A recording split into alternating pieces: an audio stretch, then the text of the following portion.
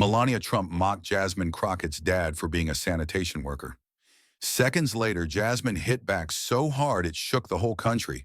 The crowd roared, the cameras froze, and Melania couldn't say a word. What truth did Jasmine reveal that turned shame into history? Stay with us. This is a story worth every second of your time. The lights inside Congress burned like a stage set for war. Cameras swept across tense faces, flashes bouncing off polished desks. Every network was live. Millions of Americans leaned closer to their screens. The chair's gavel cracked once the hearing begins. The sound cut the air like thunder. Melania Trump didn't wait a heartbeat. She leaned forward, eyes cold, voice sharp as glass. Your father was a sanitation worker pushing a filthy trash cart. American history never remembers those who dirty their hands with garbage. The chamber froze. A gasp rippled through the crowd, echoing like a wave. Reporters whispered, senators exchanged shocked looks. The insult hung heavy, poisonous. The cameras zoomed tight on Jasmine Crockett, her jaw locked, eyes burning with fury. Her fingers gripped the red-bound folder like a weapon ready to strike. The room crackled with tension. Everyone felt it. This was no debate. This was the opening blow of a political war. The room was still humming from the first shock when Melania leaned back in her chair, lips curling into a faint, icy smile. She waited until every camera was locked on her, then spoke again, her tone dripping with disdain. Your sanitation worker father swept the streets and disappeared. He was just another invisible shadow in this society. Her words sliced through the silence like a knife drawn across glass. The sound died instantly. Reporters stopped typing. Even the air felt frozen. Across the country, millions watching could hear every syllable, every ounce of venom. Jasmine Crockett didn't flinch. She rose slowly, her chair scraping the floor, that single sound echoing like the start of a storm. Her eyes locked on Melania's with quiet fire. You're wrong, she said, her voice low but firm. He kept hospitals clean, kept schools safe, kept our city alive. The very people you mock are the ones who protect the health of millions of Americans. Gasps rippled through the hearing room. One senator leaned back, stunned. A few nodded quietly as if ashamed. Jasmine's words landed not like a speech, but like a verdict. She reached for the thick folder before her, the one bound in red string, and slowly untied it. Every move was deliberate, heavy with meaning. From inside, she drew an old yellow document. The cameras zoomed in. The seal at the top read, Memphis 1968. Jasmine lifted it high for all to see. Her voice rang out steady and resolute. This is a copy of the letter Dr. Martin Luther King Jr. wrote to the sanitation workers of Memphis in 1968. The chamber stirred. Everyone knew what was coming. Jasmine took a deep breath and read aloud, her tone strong enough to shake the walls. Whether you are sweeping the floor, collecting garbage, or building a nation, you are contributing to the maintenance of this country. The echo of those words rolled through the room like thunder. Reporters' pens stopped midair. Several lawmakers lowered their heads, remembering. It was the letter written just days before King was assassinated, a letter to the same kind of men Melania had just insulted. Jasmine's hand trembled slightly, not from fear, but from the weight of memory. He died standing with men like my father, she said softly, the pain and pride mixing in her voice. Then with a sudden surge of power, she looked straight into the cameras, her tone hardening into steel. My father was not invisible. He stood among the very people Martin Luther King Jr. called the heart of social justice. The chamber erupted, gasps, whispers, flashes. The name Martin Luther King Jr. hit like a lightning strike. Even the chair froze, gavel half raised. Some senators exchanged looks, shaken by the moral force of it. Melania tried to hold her smile, but it faltered at the edges. The camera caught her, blink, her hand twitching slightly on the table. The tension in the air felt alive, pulsing, humming, spreading through every television in America. The insult had backfired. The invisible man was no longer invisible. Jasmine Crockett had turned humiliation into history, and the hearing had just crossed a line it could never return from. The war of words had begun, and Jasmine had landed the first true blow. The echoes of Jasmine's last words were still shaking the walls when the chair slammed the gavel. Order, he barked, but it was useless. The air was still trembling from what had just happened. The cameras flashed like lightning. Reporters shouted questions no one could hear. Then silence fell again, heavy and dangerous. Melania straightened in her seat, forcing a smirk back onto her face. Her tone turned sharp, every syllable cutting like glass. King could say whatever he wanted, she hissed.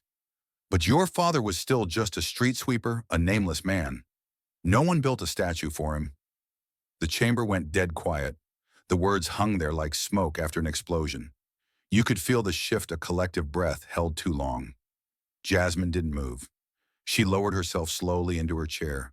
Fingers interlocked, her eyes glowing like coals under control. Every muscle in her face was restraint, not surrender. The cameras caught everything. The stillness, the quiet fury, the storm hiding behind calm eyes.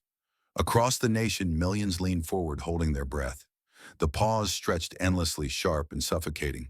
This wasn't calm, it was the silence before something breaks. The silence was unbearable, every second stretched thin, humming with tension. Then Melania broke it with a cold, deliberate laugh. It wasn't loud, it was worse. It was the kind of laugh that dripped with contempt. Her voice followed, icy and precise. Sanitation workers leave behind nothing but a smell, she said, each word cutting deeper. America does not build statues for people who sweep the streets. The words detonated in the air. Gasps erupted. The hearing chamber exploded in noise chairs, scraping reporters, shouting flashes, firing. One senator slammed a hand on the desk, shouting, "Shame." Another stood halfway, shaking his head in disbelief. The tension that had simmered all morning finally burst into flames. The chair's gavel banged again and again, but no one heard it. Jasmine Crockett stood up so fast her chair hit the floor. Her hand lifted, palm open, commanding silence. The noise faltered, cameras zooming in, waiting. Behind her, the giant screen flickered to life. Images appeared, grainy, black and white, filled with faces of men in work uniforms, holding signs that read, "I am a man." The crowd gasped as the date flashed on the bottom corner. Memphis, 1968. The photographs shifted, sanitation workers marching shoulder to shoulder, the same men Dr. Martin Luther King Jr. had stood beside days before he was assassinated. The room froze. The only sound was the mechanical click of cameras firing in a storm of flashes. Jasmine's voice rose above it all, loud, furious, unshakable. "When you mock my father," she shouted, "you mock Martin Luther King Jr. You mock the entire civil rights movement of America." The sentence crashed like a thunderclap. The hearing room erupted into chaos, reporters yelling, senators pounding the tables, a few rising to their feet in applause. The echoes of shame turned into a chant. The chair's gavel struck again and again. Order, order, but it was drowned beneath the uproar. The room had become a storm of history and outrage colliding in real time. The screen behind Jasmine blazed with the faces of those long-forgotten workers. Their eyes, tired yet proud, stared down from 1968 into the present. Jasmine pointed toward them, her voice fierce, trembling with conviction. "Those men cleaned your cities. They carried your burden. They were invisible because people like you refused to see them." Melania's mask cracked. Her smirk vanished. Her shoulders stiffened. Her eyes darted toward the screen, and then away again. Under the harsh white lights, her face looked drained, pale.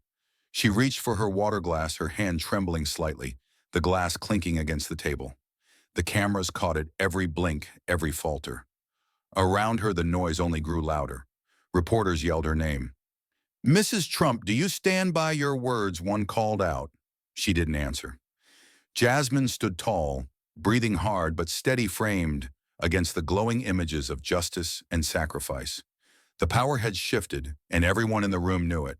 The chair slammed the gavel once more, voice cracking through the storm. "Order. We will have order." But order was gone. The energy in the chamber was electric, unstoppable, like the past itself had risen to demand respect. Melania blinked again, eyes unfocused, lips parting, but no words coming. Her confidence, once towering, had begun to crumble. The screen behind Jasmine glowed brighter, casting her silhouette across the chamber like a symbol. The balance of the hearing had changed. The room now belonged to her. As the last flash faded, the aftershock still crackled in the chamber. The chair slammed the gavel, hard voice slicing the noise order, but the walls seemed to vibrate with what had just been said, a tremor that refused to settle. Melania leaned in, trying to seize back the moment, her tone rough and controlled, daring the room to blink. Comparing your father to king is nothing but cheap political theater. She growled each word, landing like a shove in the chest. The sentence drifted over the desks like smoke after a blast, and the chamber fell into a hard, breathless hush, the kind that makes every heartbeat sound too loud. People knew it. Jasmine hadn't played her last card. She did not answer. She sat, fingers laced tight shoulders, still a thin, cool smile resting at the corner of her mouth like a hidden blade. Her eyes burned without moving, the coiled focus of a predator waiting for the perfect strike, rage under control, power held in reserve. The cameras drifted across anxious faces, clenched jaws, bitten lips, hands white-knuckled around pens that no one dared to use. Across the country, viewers leaned forward and held their breath as the silence pressed down like weight, heavy and unyielding. This pause was not peace. It was the suffocating calm before the next shock. The air hadn't recovered from the last blow when Melania leaned back, her eyes cold and lips twisting into disdain. Her tone cut through the quiet like a knife. "Your father just swept streets," she said, her voice dripping with contempt. "When people like him die, this country doesn't even remember for a day." The words hung in the air like poison. No one moved. Not a whisper, not a cough. The entire chamber froze. Senators, reporters, staffers, all waiting for the explosion they knew was coming. Jasmine didn't blink. Her face was still, her silence more powerful than any scream. Then slowly she rose. The chair creaked behind her, the sound slicing through the stillness like a gun cocking.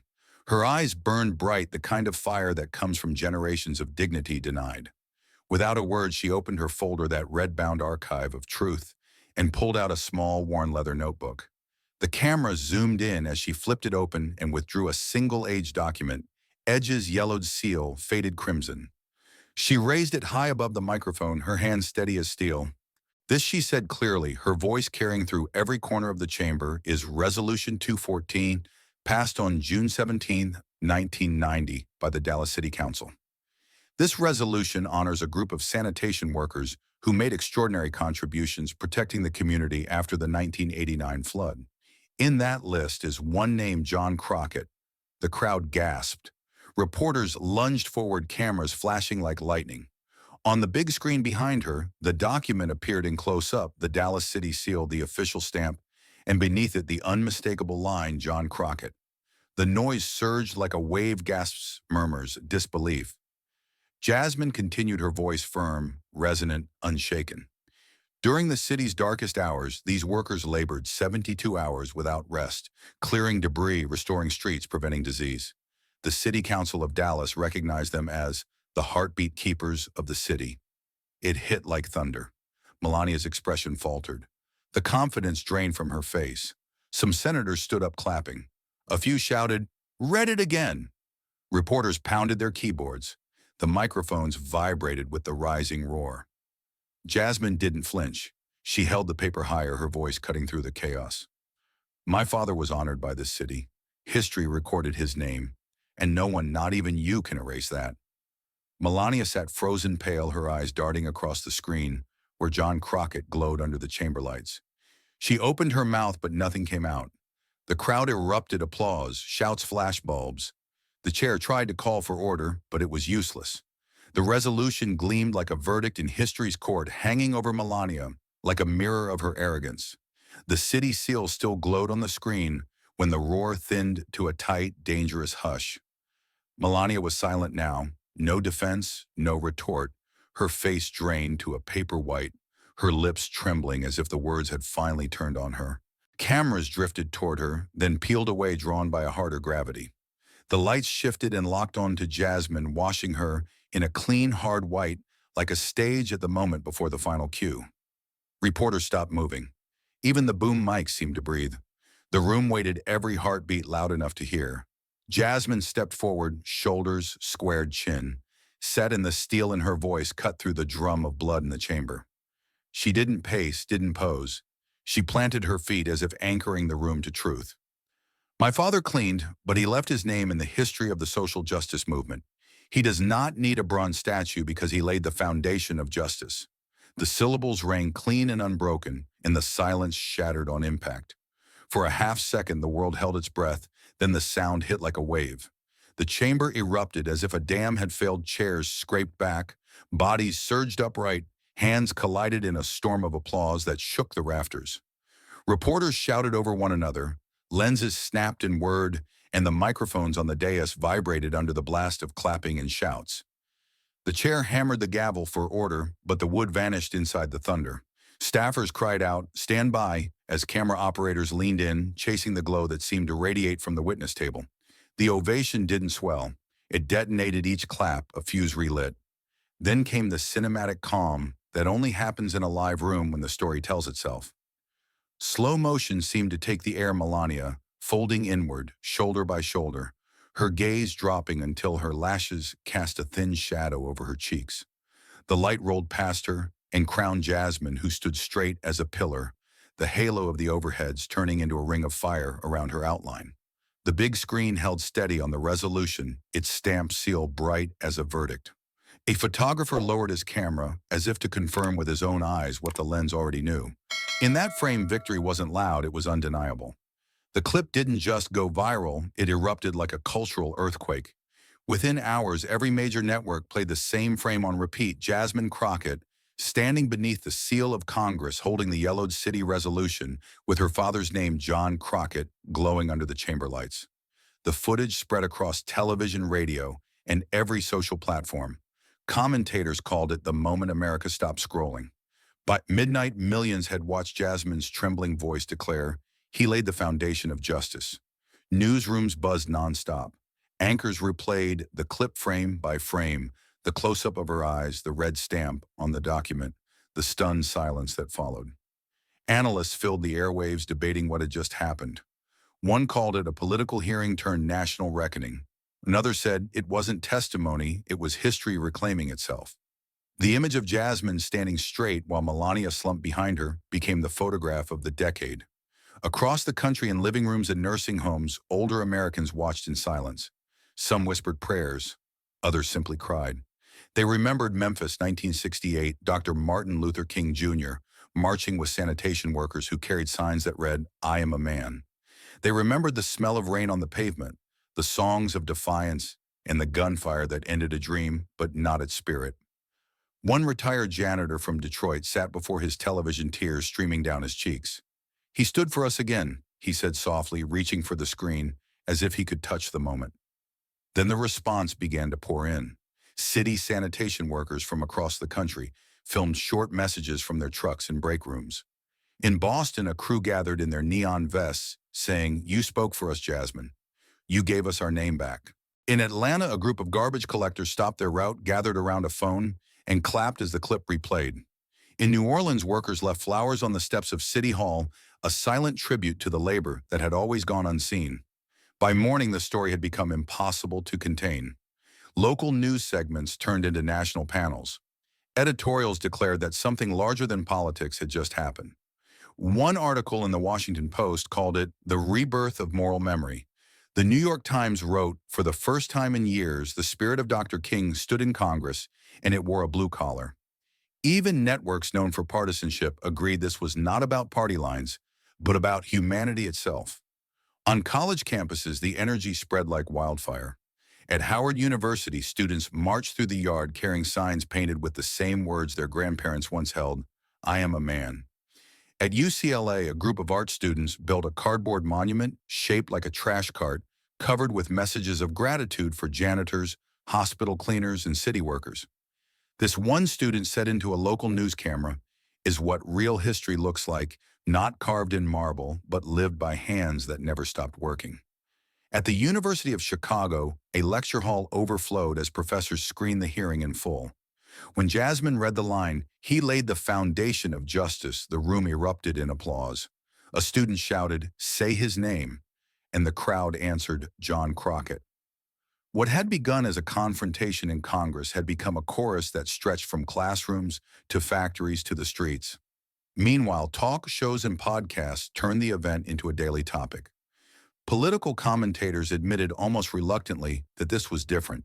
It wasn't scandal or spectacle. It was a story that cut through cynicism. "We forgot," one host said, "that dignity doesn't wear designer suits, it wears work gloves." Labor unions picked up the phrase, printing it on banners during worker rallies. Schools began to change too. Teachers used the footage to teach civil rights, empathy, and civic duty.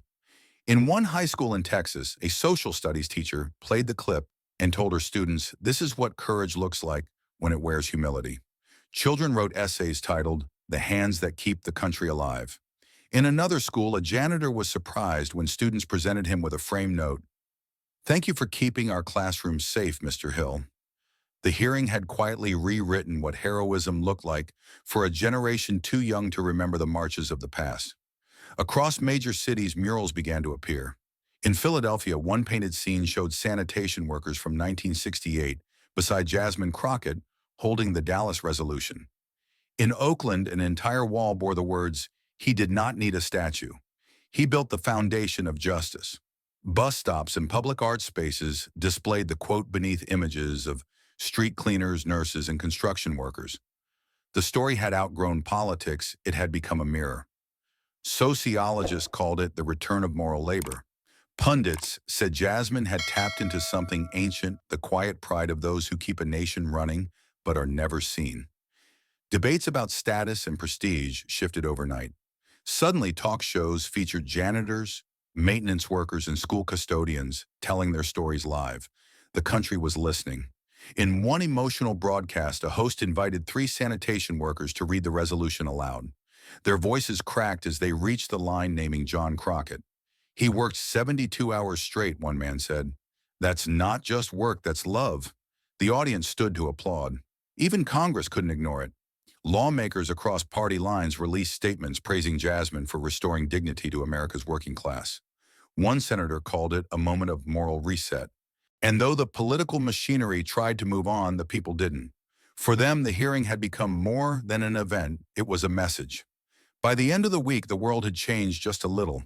News anchors closed their broadcasts with Jasmine's words. Churches mentioned John Crockett in sermons. A museum in Washington requested the original resolution for a new exhibit on modern voices of justice. The Dallas City Council announced a plan to restore its 1990 archives and formally honor the workers who inspired the resolution. Everywhere, people repeated the same truth, the one Jasmine had spoken beneath the glare of congressional lights. There is no small job, only small hearts. The foundation of a nation is not built by those who stand above, but by those who kneel to keep it clean. And in that understanding, a new symbol was born not of power, but of purpose. Jasmine Crockett's stand had done what no speech campaign or policy could. It had made America remember that justice doesn't start in marble halls. It starts with ordinary people who refuse to be invisible. The ovation had barely faded when the next chapter snapped into motion. Congress could feel the ground shifting under its feet, and no one wanted to be the last to move. A closed-door huddle formed before sunrise, aides clutching legal pads and coffee like armor. The hallway outside the committee rooms throbbed with cameras, red tally lights glowing like warning beacons. Inside, staff attorneys began sketching a bill title on a whiteboard, letters, big and certain. Someone said it out loud, steady as a pledge, "Sanitation Workers' Dignity and Protection Act." Draft language came fast, then faster, as testimony clips played on a loop from open laptops. The outline took shape: federal baseline standards for protective gear, heat safety, and emergency training. Guaranteed hazard pay during disasters. Paid medical leave after biohazard exposure. A national grant program would help cities replace broken trucks, broken routes, and broken promises. Data reporting would finally count what had never been counted: injuries, toxins, trauma, the unseen cost of keeping a nation clean. Pension credit would accrue for marathon disaster shifts because 72 hours on your feet should add up to more than exhaustion. The room felt like a forged spark steel resolve. But a bill is never just a bill. It is a battlefield mapped in commas and costs. Budget analysts rolled carts of binders into the room, calculators clicking like insects in a summer field. Mayors called in, pleading for funds, insisting they would match every federal dollar with transparency. Union leaders spoke with the weight of back pain and early dawns, asking for bargaining rights that would not vanish in a crisis. A conservative co-sponsor from a coastal district surprised everyone, saying, "Clean streets are public safety. Public safety is national security." The coalition widened until even the skeptics felt the current tugging them forward. Hearings reopened this time with the microphones tilted toward those who had always stood in the back. A hospital cleaner in blue scrubs described rinsing fear from her hands every night. A sanitation crew chief held up his scarred glove and said, "This is the line between your family and a disease you never meet." A Dallas council member retold the flood of 1989 and the resolution that named the nameless voice shaking on the words John Crockett. One representative read a passage from King paused and let the silence carry it farther than sound. Another said, "We will not wait for statues to teach us what is valuable." Reporters spilled into the hallway, pushing microphones forward as if trying to catch history on the fly. The evening broadcasts lost their usual cynicism. Anchors looked into the camera and spoke slower, cleaner. Around the world, the framing settled into a single sentence that crossed borders with ease. International papers printed it over full-bleed photos of Jasmine and the resolution the moment MLK returned in the U.S. Congress. Foreign correspondents compared the mood to the first time a country remembers what it promised to be. In studios from London to Lagos, guests nodded and said, "This is not nostalgia. This is accountability." If politics was the spine, society became the heartbeat. City councils scheduled night sessions so crews finishing late routes could stand at the podium and speak. Neighborhoods organized thank you lines. Children passing cold bottles of water to workers riding the back steps of trucks. Churches dedicated Sundays to labor blessings. Imams and rabbis did the same. The ancient languages bending toward the same truth. The greatest change was quiet and profound. People learned their collector's name and said it like respect. Talk radio hosts tried to mock it, but the calls that followed were different, gentler, stubborn, unmoved by sneers. The story refused to shrink. The draft bill reached markup where ideals meet knives. Amendments flew, some to strengthen, some to stall, some to wound slowly under the banner of prudence. The coalition held because the cameras held, because the country held its breath and did not blink. Arguments about cost began to sound small next to the cost already paid in lungs and knees and years. A senior member tapped the desk and said, "We have budget lines for everything but the people who keep the line from breaking." The room quieted, and the pen scratched an amendment into permanence. While the Hill wrestled, the museums moved. A curator from the Smithsonian called the clerk's office with a request that felt like a bow. They wanted the original Dallas resolution for a new exhibit, Work Dignity and the Making of a Nation, along with the red-bound folder, the hearing gavel, and the microphone that carried those words into living rooms. Conservators built a climate-controlled case glass so clear it felt like air lights angled to make the seal glow without heat. An audio station would play the clip on loop, the room designed so visitors could see their own reflection layered over the text name, above name, history over present. A child would stand there and ask who was John Crockett, and the docent would answer, he was the point where a city kept its promise. The exhibit's entry wall would not be marble. It would be textured like asphalt, faintly speckled as if swept clean minutes ago.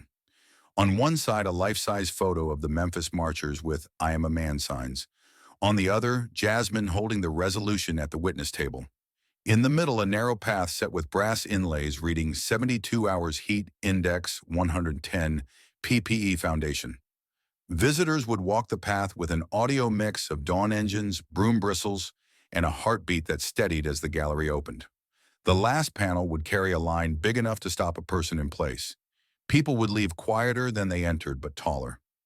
Outside the museum, classrooms turned field trips into vows. Students wrote letters to their city crews and taped them to lunchroom doors.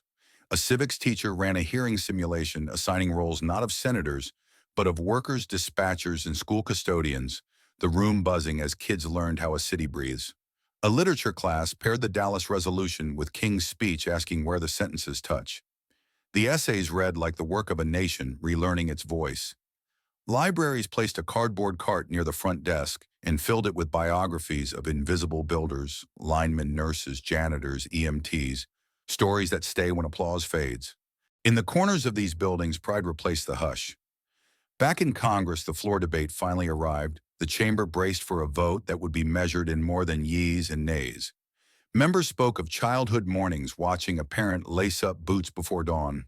A freshman from a rural district said, "I learned the flag is honored not only by ceremony, but by the hands that roll it up dry after a storm."